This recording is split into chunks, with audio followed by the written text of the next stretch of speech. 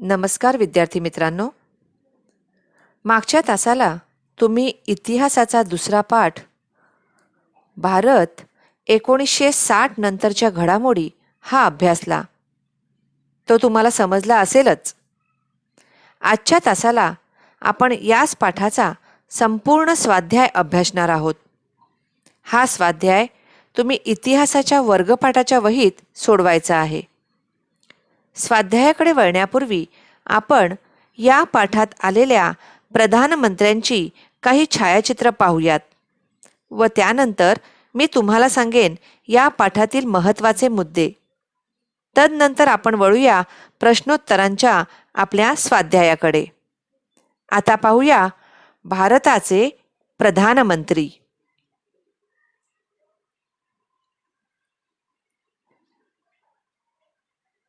पंडित जवाहरलाल नेहरू, श्री लाल बहादूर शास्त्री, श्रीमती इंदिरा गांधी, श्री मोरारजी देसाई, श्री चरण सिंग, श्री राजीव गांधी, श्री विश्वनाथ प्रताप सिंग, श्री चंद्रशेखर, श्री पी.व्ही. नरसिंह राव,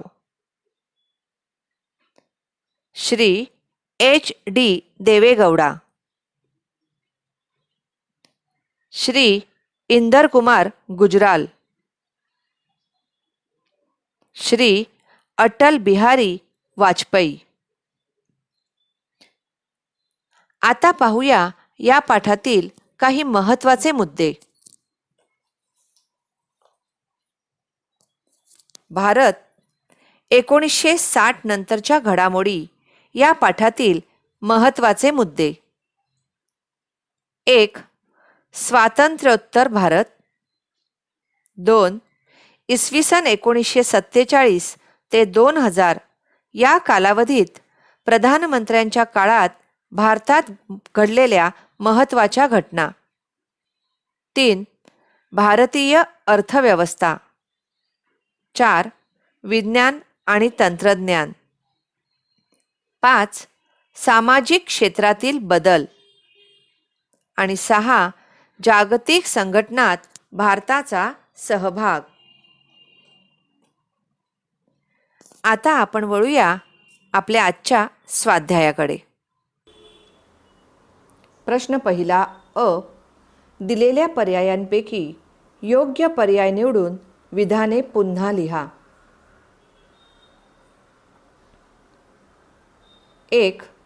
श्रीलंकेतील तामिळ अल्पसंख्याकांचा प्रश्न सोडवण्यासाठी पुढाकार घेणारे प्रधानमंत्री डॅश होते.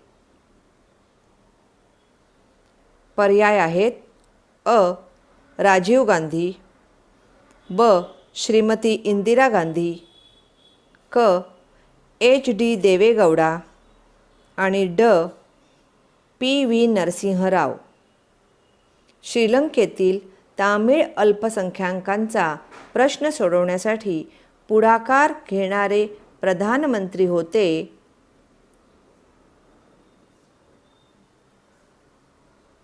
राजीव गांधी.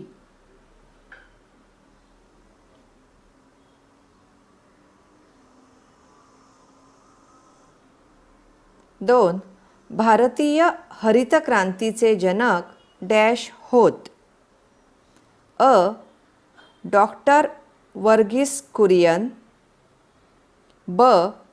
डॉक्टर होमी भाभा, क. Doctor M S. स्वामीनाथन, ड. Doctor Norman Borlaug. भारतीय हरित क्रांतीचे जनक डॉक्टर एम.एस. स्वामीनाथन होत.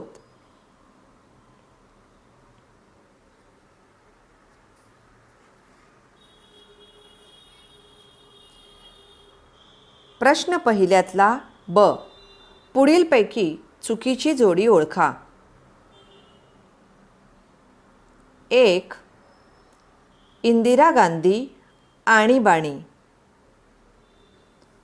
2. राजीव गांधी विज्ञान तंत्रज्ञान सुधारणा. 3. PV नरसिंह राव आर्थिक सुधारणा. 4. चंद्रशेखर मंडल आयोग. यापैकी चुकीची जोडी ओळखायची आहे आणि बरोबर जोडी कोणती आहे ती सांगायची आहे. चंद्रशेखर मंडल आयोग ही चुकीची जोडी आहे. चंद्रशेखर देशाची आर्थिक परिस्थिती बिकट. प्रश्न दुसरा. पाठातील आशयाच्या सहाय्याने प्रधानमंत्री व त्यांचा कालावधी यांचा कालानुक्रम तक्ता तयार करा. आता जो तक्ता तुम्हाला दिसेल त्याप्रमाणे तक्ता तुम्ही तुमच्या वर्गपाठाच्या वहीत तयार करायचा आहे. त्या तक्त्यात एका बाजूला प्रधानमंत्री आणि दुसऱ्या बाजूला कालावधी असे 2 वेगळे वेगळे विभाग पाडायचे आहेत. एक पंतप्रधानांची नावं रांगेने लिहायची आहेत. पहिले पंतप्रधान पंडित जवाहरलाल नेहरू. कालावधी आहे 1947 ते 1964. 2. लाल बहादूर शास्त्री. कालावधी 1964 ते 1966. इंदिरा गांधी. कालावधी आहे 1966 ते 1977. मोरारजी देसाई. कालावधी आहे 1977 ते 1979. चरण सिंह. कालावधी आहे 1979 ते 1980. 6. इंदिरा गांधी. कालावधी आहे 1980 ते 1984.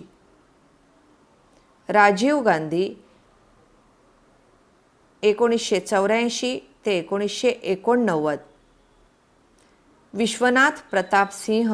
कालावधी आहे 1989 ते 1990. चंद्रशेखर. कालावधी आहे 1990 ते 1991. PV नरसिंह राव. कालावधी आहे 1991 ते 1996. HD देवेगौडा. कालावधी आहे 1996 ते 1997. इंदर कुमार गुजराल. कालावधी आहे 1997 ते 1998. अटल बिहारी वाजपेयी. कालावधी 1998 ते 2004.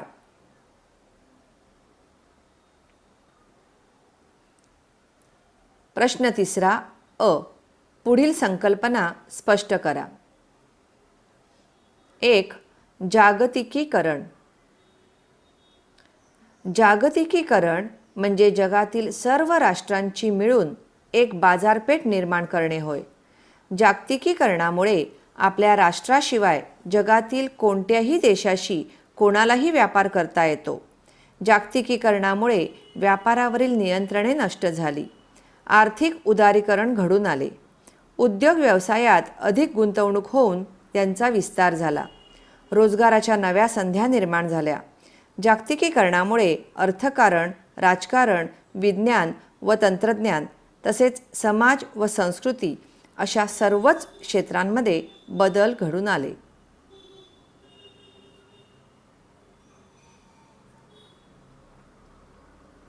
दुसरी संकल्पना धवल क्रांती.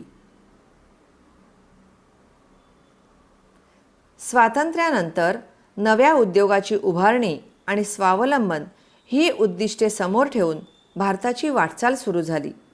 यासाठी अनेक शास्त्रज्ञ, उद्योजक यांनी आपले योगदान दिले. डॉक्टर वर्गीस कुरियन यांची गुजरातमधील खेडा जिल्ह्यातील आणंद येथे दुग्ध प्रकल्प बोर्डावर नियुक्ती झाली. सहकाराच्या माध्यमातून व व्यावसायिक दृष्टी समोर ठेवून हा दुग्ध प्रकल्प विकसित केला गेला. डॉक्टर वर्गीस कुरियन यांच्या या प्रयोगाने भारतात दुधाचे उत्पादन मोठ्या प्रमाणात वाढून दूध उत्पादनात जगाच्या अग्रस्थानी असणाऱ्या देशात भारताची गणना होऊ लागली. डॉक्टर कुरियन यांनी दूध उत्पादन क्षेत्रात ही धवल क्रांती घडवून आणली.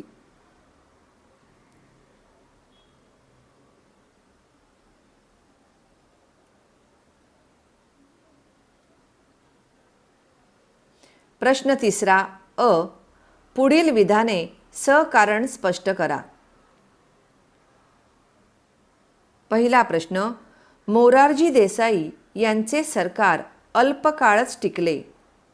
उत्तर आहे, आणीबाणीच्या पार्श्वभूमीवर अनेक विरोधी पक्षांनी एकत्र येऊन जनता पक्षाची स्थापना केली. या पक्षाने काँग्रेसचा पराभव करून 1977 साली सत्ता हस्तगत केली. मोरारजी देसाई यांच्या नेतृत्वाखाली जनता पक्षाचे सरकार अधिकारावर आले. परंतु या पक्षातील अंतर्गत कलह आणि मतभेद विकोपाला गेल्यामुळे मोरारजी देसाई यांना राजीनामा द्यावा लागला. त्यामुळे त्यांचे सरकार अल्पकाळ म्हणजे जेमतेम 28 महिनेच टिकले. दुसरा प्रश्न, अमृतसर येथील सुवर्ण मंदिरात लष्कर का पाठवावे लागले? 1980च्या दशकात पंजाबमध्ये खलिस्तान आंदोलन सुरू झाले. भारतीय संघराज्यातून बाहेर पडून वेगळ्या स्वतंत्र खलिस्तान राज्याच्या मागणीसाठी पंजाबमध्ये काही गटांनी आंदोलन सुरू केले. या आंदोलनाला पाकिस्तानने पाठिंबा दिल्यामुळे हे आंदोलन अधिकच उग्र झाले. या आंदोलनातील अतिरेक्यांनी अमृतसर येथील सुवर्ण मंदिर या शिखांच्या प्रार्थनास्थळाचा आश्रय घेऊन हिंसाचार सुरू केला. या अतिरेक्यांचा निःपात करण्यासाठी सुवर्ण मंदिरात लष्कर पाठवावे लागले.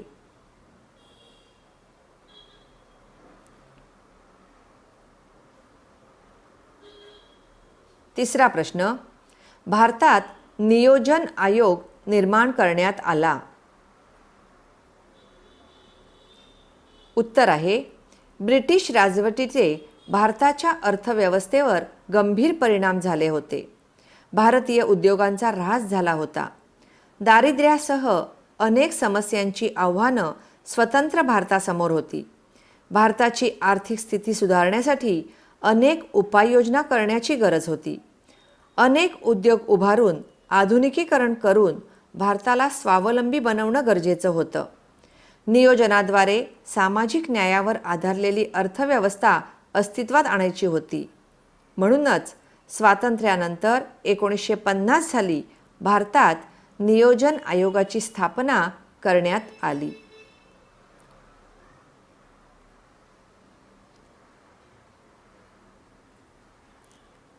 प्रश्न तिसऱ्यातला ब. पुढील प्रश्नांची 25 ते 30 शब्दात उत्तरे लिहा. पहिला प्रश्न, जग आणि भारताच्या इतिहासात 1991 हे वर्ष महत्त्वपूर्ण बदलांचे कसे ठरले? 1991 साली जगात आणि भारतात पुढील महत्त्वपूर्ण घटना घडल्या. 1. सोव्हिएत युनियनचे विघटन झाल्याने जगातील शीतयुद्धाला पूर्णविराम मिळाला. 2. PV नरसिंहराव मंत्रिमंडळाने आर्थिक उदारीकरणाचे धोरण स्वीकारल्यामुळे भारताची आर्थिक व्यवस्था भरभराटीस आली. 3. याच काळात राम जन्मभूमीचा व बाबरी मशिदीचा प्रश्न ऐरणीवर येऊन पुढील काळात त्याचे देशावर दीर्घ परिणाम झाले. दुसरा प्रश्न, भारतीय अर्थव्यवस्थेची वैशिष्ट्ये कोणती? उत्तर आहे, अर्थव्यवस्थेचे आधुनिकीकरण, आर्थिक स्वावलंबन आणि सामाजिक न्यायासह समाजवादी समाजरचना ही भारताच्या स्वातंत्र्यापासूनच भारतीय अर्थव्यवस्थेची वैशिष्ट्ये राहिली आहेत. भारताला उद्योग उभारून आधुनिकीकरण आणि स्वावलंबन प्राप्त करायचे होते. नियोजनाच्या द्वारे सामाजिक न्यायावर आधारलेली अर्थव्यवस्था अस्तित्वात आणायची होती. म्हणूनच योजना आयोग निर्माण करण्यात आला आणि पंचवार्षिक योजना सुरू करण्यात आली.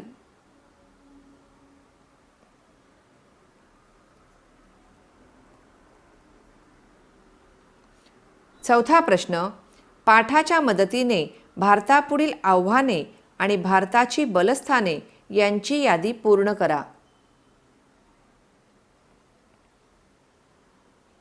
हा तक्ता आहे तसाच काढायचा आहे.